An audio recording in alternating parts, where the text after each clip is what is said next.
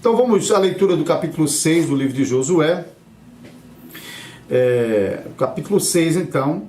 Ora, Josué estava rigorosamente fechada por causa dos filhos de Israel. Ninguém saía, nem entrava.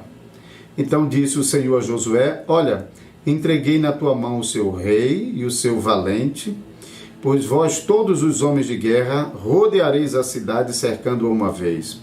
Assim fareis por 6 dias. 7 sacerdotes levarão 7 trombetas de chifre de carneiro adiante da arca. No 7º dia rodeareis a cidade 7 vezes, e os sacerdotes tocarão as trombetas. E será que, tocando-se longamente a trombeta de chifre de carneiro, ouvindo vós o sonido dela, todo o povo gritará com grande grita. O muro da cidade cairá abaixo, e o povo subirá nele, cada qual em frente de si. Então Josué, filho de Num, chamou os sacerdotes e disse-lhe: levai a arca da aliança, e 7 sacerdotes levem 7 trombetas de chifre de carneiro adiante da arca do Senhor. E disse ao povo: passai e rodeai a cidade, e quem estiver armado, passe adiante da arca do Senhor. Assim foi que, como Josué dissera ao povo, os 7 sacerdotes com as 7 trombetas de chifre de carneiro diante do Senhor passaram e tocaram as trombetas, e a arca da aliança do Senhor os seguia. Os homens armados iam adiante dos sacerdotes que tocavam as trombetas, a retaguarda seguia após a arca, e as trombetas soavam continuamente. Porém, ao povo ordenara Josué, dizendo: não gritareis, nem fareis ouvir a vossa voz, nem sairá palavra alguma da vossa boca, até ao dia em que eu vos diga: gritai, então gritareis. Assim a arca do Senhor rodeou a cidade, contornando-a uma vez. Entraram no arraial e ali pernoitaram. Levantando-se Josué de madrugada, os sacerdotes levaram de novo a arca do Senhor.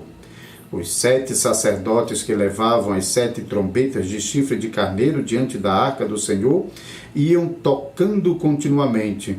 Os homens armados iam adiante deles, e a retaguarda seguia após a arca do Senhor, enquanto as trombetas soavam continuamente. No 2º dia, rodearam outra vez a cidade e contornaram ao arraial, e assim fizeram por 6 dias. No 7º dia, madrugaram ao subir da alva, e da mesma sorte, rodearam a cidade 7 vezes. Somente naquele dia rodearam a cidade 7 vezes. E sucedeu que na 7ª vez, quando os sacerdotes tocavam as trombetas, disse Josué ao povo: gritai, porque o Senhor vos entregou a cidade. Porém, a cidade será condenada, ela e tudo quanto nela houver. Somente viverá Raabe, a prostituta, e todos os que estiverem com ela em casa, porquanto escondeu os mensageiros que enviamos.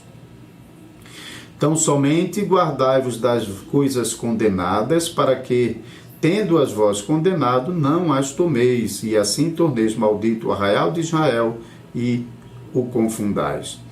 Porém, toda prata e ouro e utensílio de bronze e de ferro são consagrados ao Senhor, irão para o seu tesouro. Gritou, pois, o povo, e os sacerdotes tocaram a trombeta. Tendo ouvido o povo o sonido da trombeta, e levantando grande grito, ruíram as muralhas, e o povo subiu à cidade, cada qual em frente de si, e a tomaram. Tudo quanto na cidade havia destruíram totalmente a fio da espada, tanto homens como mulheres, tanto menino como velhos, tanto bois, ovelhas e jumentos. Então disse Josué aos 2 homens que espiaram a terra: entrai na casa da mulher prostituta e tirai-a de lá com tudo quanto tiver, como lhe jurastes. Então entraram os jovens, os espias, e tiraram Raabe e seu pai, e sua mãe, e seus irmãos, e tudo quanto tinha. Tiraram também toda a sua parentela, e os acamparam fora do arraial de Israel. Porém a cidade e tudo quanto havia nela queimaram-no. Então somente a prata, o ouro e os utensílios de bronze e de ferro deram para o tesouro da casa do Senhor. Mas Josué conservou com vida a prostituta Raabe e a casa de seu pai e tudo quanto tinham. E habitou no meio de Israel até o dia de hoje, porquanto esconderam os mensageiros que Josué enviara a espiar Jericó. Naquele tempo Josué fez o povo jurar e dizer: maldito diante do Senhor seja o homem que se levantar e reedificar a cidade de Jericó. Com a perda do seu primogênito lhe porá os fundamentos, e as custas do mais novo as portas. Assim era o Senhor com Josué, e corria sua fama por toda a terra. Muito bem, damos graças a Deus, e com a ajuda do Senhor esperamos compartilhar então esse assunto com vocês nessa noite. Muito bem, então só para nós nos situarmos no contexto do livro de Josué, no capítulo 6, devemos nos lembrar que Israel havia atravessado o Jordão. Então nós lemos no capítulo 3 e capítulo 4 sobre a travessia do Jordão e o memorial de pedra. Sobre esses assuntos vocês podem procurar os programas anteriores.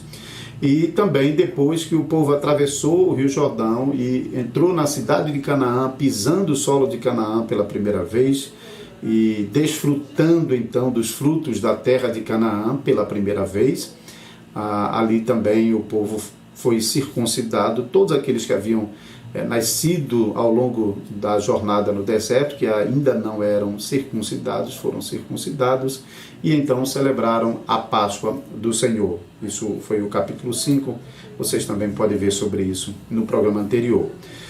Então, Israel, nesse momento, depois de ter celebrado a Páscoa, está acampado em Gilgal, a poucos quilômetros de Jericó. E então, Josué agora lidera o povo na direção de Jericó para cumprir aquilo que Deus havia ordenado como parte da tomada de Jericó. Então, o nosso texto começa, então, Josué deixando o acampamento e se aproximando de Jericó.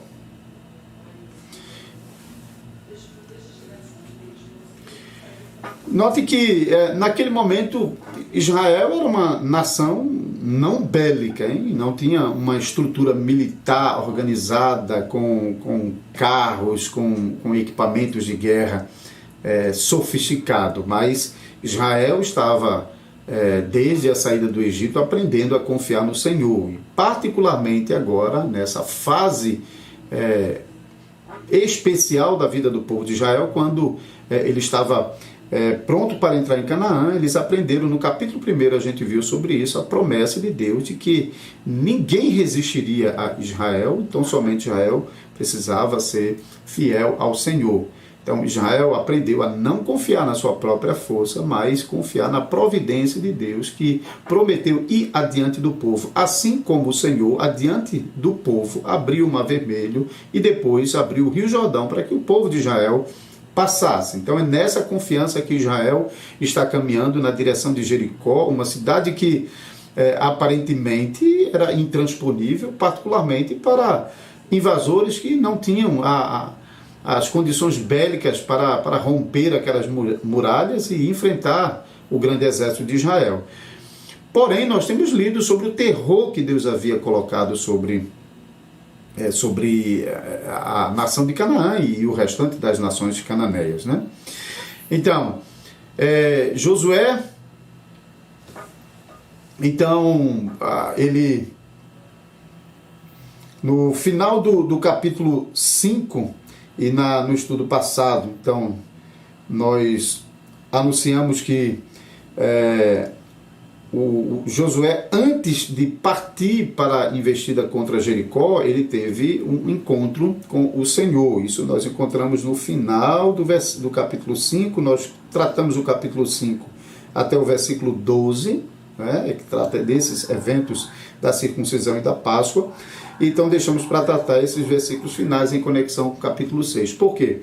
Porque é nesse momento em que Josué sozinho se aproxima de Gilgal, antes de o povo a começar a marcha em torno de Jericó, e Josué então tem esse encontro com um soldado. A apresentação dele, se você olhar os versículos 13, e diz assim: estando Josué ao pé de Jericó, levantou os olhos e olhou, e eis que se achava em pé diante dele um homem que trazia na mão uma espada nua. Chegou-se Josué e lhe disse,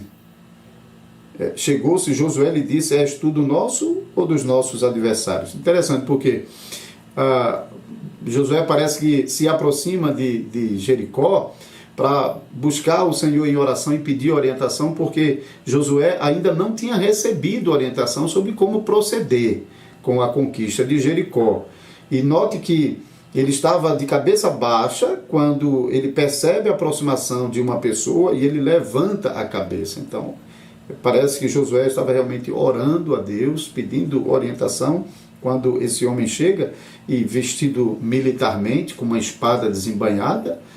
Poderia ser tanto um cananeu, que talvez estivesse se aproximando para buscar algum tipo de negociação, a gente vai ver que isso não acontece, como poderia ser qualquer da nação de Israel, porque a nação era muito grande, Josué não conhecia cada pessoa.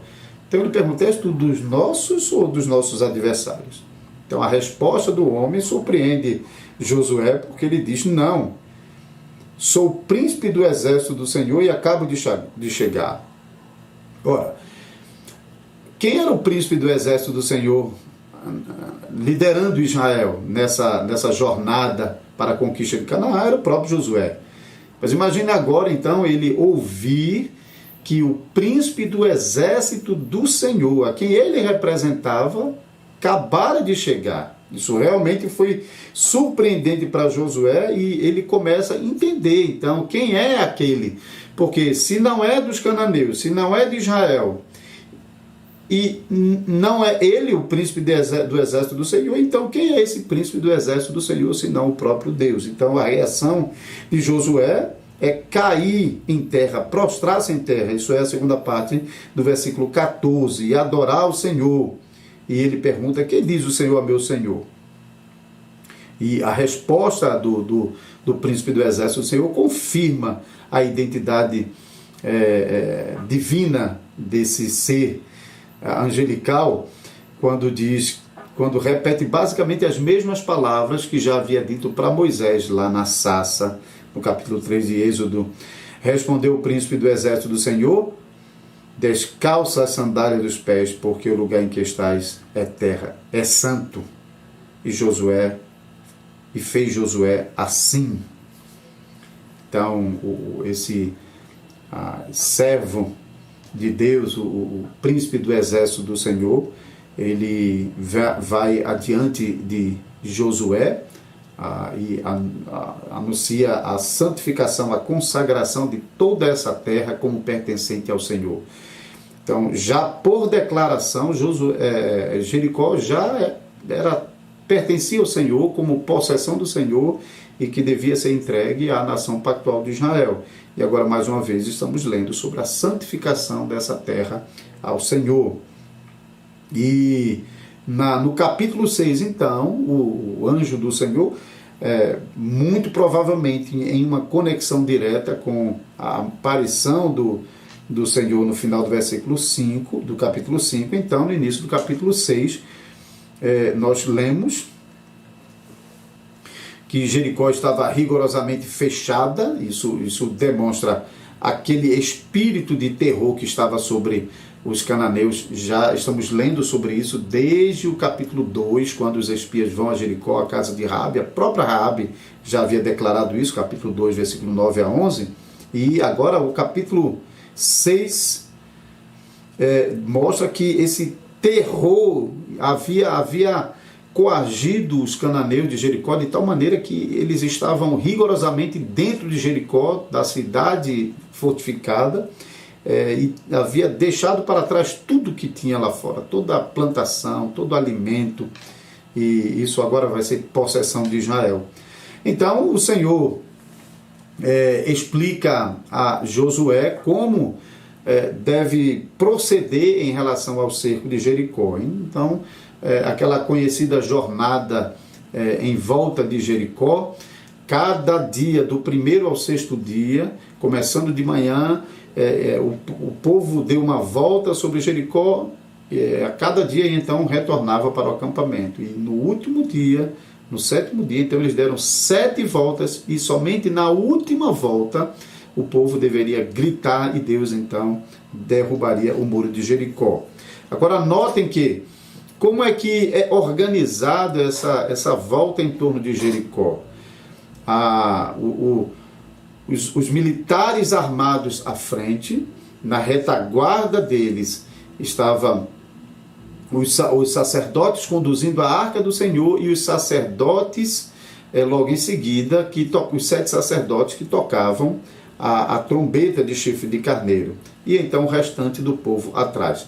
Então mostre que essa procissão silenciosa em volta de Canaã não é tão silenciosa assim, porque de fato o evangelho está sendo proclamado à nação de Jericó, porque a presença do Senhor está ali anunciando aos moradores de Jericó que eles devem se arrepender, porque senão eles serão destruídos.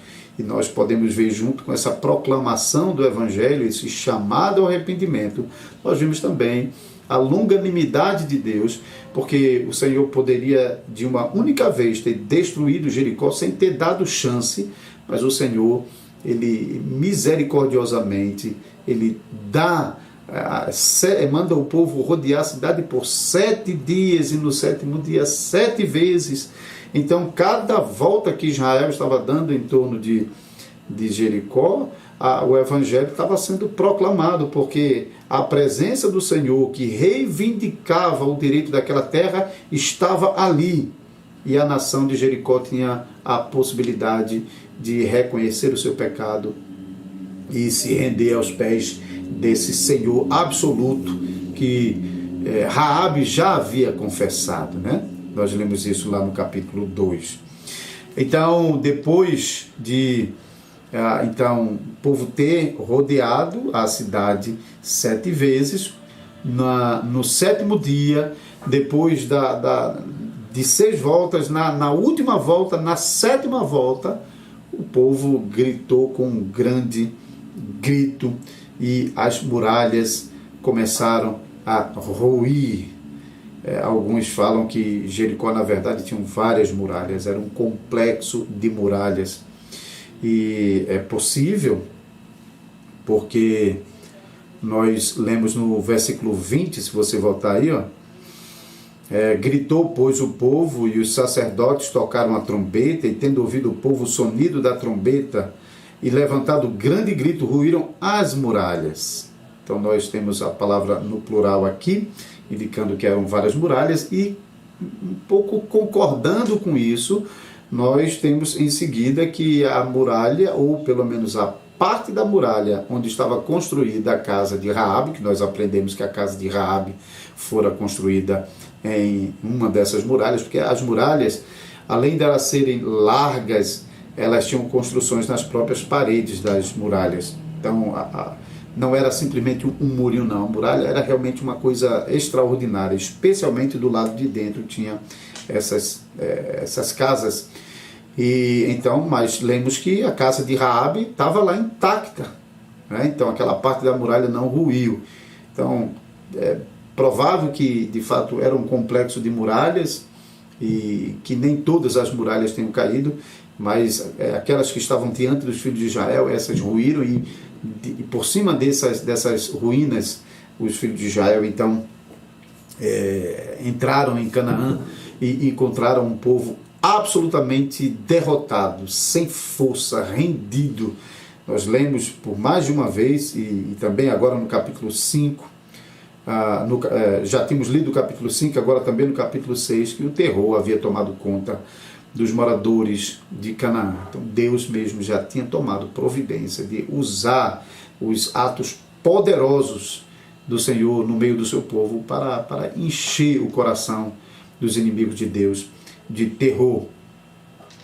E assim, entrando na cidade, a ordem era para que tudo fosse destruído, tudo fosse queimado, tudo que tivesse vida fosse morto, homem, mulher, velho, criança, animais, tudo devia ser destruído e tudo mais deveria ser queimado, exceto os metais preciosos, que deveriam ser levados como posse do Senhor para o tabernáculo, e então pertencer ao Senhor. Ninguém tinha direito de pegar absolutamente nada. Um versículo importante aqui, que faz uma conexão com o capítulo 7, que nós vamos estudar na semana que vem. Deixa eu botar o que eu estava lendo sem óculos, antes aqui estava difícil. Então o versículo 18 diz: tão somente guardai-vos das coisas condenadas, para que, tendo-as vós condenado, não as tomeis, e assim torneis maldito o arraial de Israel e o confundais. Porém, toda a prata e ouro e utensílios de bronze e de ferro são consagrados ao Senhor, irão para o seu tesouro. Então, existe uma palavrinha aqui, que é traduzido como condenada, então é o herem, é uma palavrinha especial, porque especialmente aqui em Josué, no processo de conquista, o que acontece é que algumas cidades são declaradas como completamente dedicadas ao Senhor. Essa dedicação, não é usada a palavra santificação, que em outros contextos é usada, por exemplo, no Pentateuco, mas a palavra herem, que é uma dedicação por meio da separação absoluta, e isso inclui a destruição. Por isso, muitas vezes, ela é traduzida como condenação, como destruição, porque é uma consagração a Deus por meio da destruição. E aquilo que não foi destruído é intocável, ninguém pode possuir, é completamente do Senhor. É o que está acontecendo aqui. Então, nós lemos essa palavra nesse versículo 18, então somente guardai-vos das coisas condenadas, ou das coisas dedicadas ao Senhor. Condenadas porque elas são objeto de destruição e despojo, como testemunho de que dessa nação nada resta. Tudo foi consagrado ao Senhor. Mas em outros casos, nós lemos que Israel fica com o despojo. Israel recebe de Deus o despojo das nações como sua parte na guerra, como o seu prêmio, né, do despojo da guerra. Então, algumas cidades, os moradores passarão a fio da espada, mas a cidade será preservada e tudo mais tomado como despojo. Mas em alguns casos, e é o caso de Jericó, como primícia, hein? Jericó era a primeira cidade em Canaã a ser tomada por Israel. Então funcionou assim como a primícia das cidades de Canaã. E também funcionava como um baluarte, como um portão de entrada, como a principal cidade. Se essa cidade é tomada, então era uma declaração de que Canaã estava vulnerável, porque o seu baluarte já havia ruído, hein? E isso estava acontecendo aqui. Deus tomou esse baluarte dos cananeus, que era Jericó, havia reduzido a nada que tinha vida sobreviveu, e toda a prata, ouro, ferro e bronze havia sido tomado para o tesouro do Senhor. Então, esse versículo é importante porque ele liga com o capítulo 7 e com o acontecimento lá do capítulo 7. E essa palavrinha hereve, então, vai voltar lá no capítulo 7, quando nós estivermos estudando o capítulo 7, nós vamos voltar para ela. Então, tudo foi consagrado ao Senhor. Consagrado pela destruição, consagrado pela dedicação. Então, tudo que tinha vida foi morto. Tudo mais foi destruído. E aquilo que foi separado dos metais preciosos, então, foi para o tesouro do Senhor. Então, em conclusão, falando sobre a mensagem que nós podemos tirar desse capítulo 6 do livro de Josué, nós podemos observar particularmente a mensagem evangélica que está na declaração da presença de Deus no meio do povo que está rodeando a cidade. Como já mencionei, o Senhor poderia ter sumariamente destruído a cidade de Canaã, porque a cidade de Canaã já estava debaixo de condenação. Deus já havia decretado juízo sobre Canaã, sobre Jericó e as demais cidades, e já havia declarado que elas foram entregues a Josué, ao povo de Israel. Porém, como testemunho de que não é sem razão de que as nações de Canaã estão sendo destruídas, então elas não são inocentes, elas não estão sendo destruídas sem motivo, sem razão, e isso fica muito claro porque a longanimidade de Deus fez com que a nação de Canaã ouvisse o evangelho inúmeras vezes.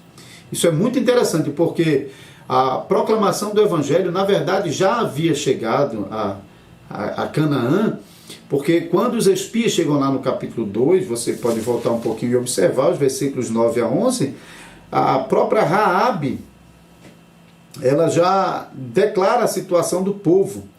Ela disse assim, e lhes disse: bem sei que o Senhor vos deu essa terra, e que o pavor que infundis caiu sobre nós, e que todos os moradores da terra estão desmaiados. Porque temos ouvido que o Senhor secou as águas do Mar Vermelho diante de vós, quando saíis do Egito, e também o que fizesse aos reis dos amorreus, Seom e Og, que estavam além do Jordão, os quais destruístes. Acrescentes que a essa altura eles também haviam visto o episódio da passagem pelo Jordão, Deus abrindo o Rio Jordão e o povo de Israel passando.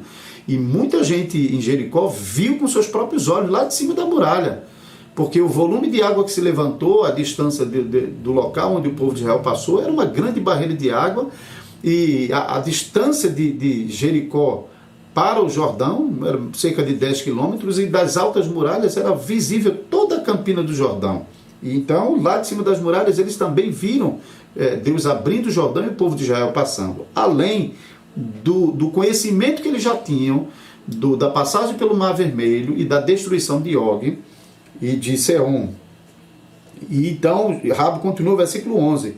Ouvindo isto, desmaiou-se-nos o coração e ninguém mais há ânimo algum por causa da vossa presença. Porque o Senhor, outra coisa que Raabe menciona, o nome pactual de Deus, Yahvé, o nome da aliança. Então, mostra que Raabe foi atrás desse conhecimento de Deus. Porque de onde ela aprenderia isso? Do contato com os espias, ela está relatando que tinha esse conhecimento sobre o Senhor, Yahvé. E ela, então, conclui a sua declaração de fé com as seguintes palavras: vosso Deus é Deus em cima nos céus e embaixo na terra. Então, Raabe, ela renega todos os deuses de Canaã quando ela diz: Deus é Deus em cima no alto e Deus em cima, embaixo na terra. Os deuses de Canaã são nada. Ela renuncia às divindades do seu povo, mostrando uma confiança sincera e poderosa no Deus de Israel. Então notem que, apesar do pavor que havia caído sobre toda a nação de Canaã e Jericó também, esse medo não afastou Raabe do Senhor. Pelo contrário, esse medo levou Raabe a procurar a se aproximar do Senhor, e até no capítulo 2 ela fez esses dois espias jurarem em nome do Senhor que protegeriam ela e a sua família.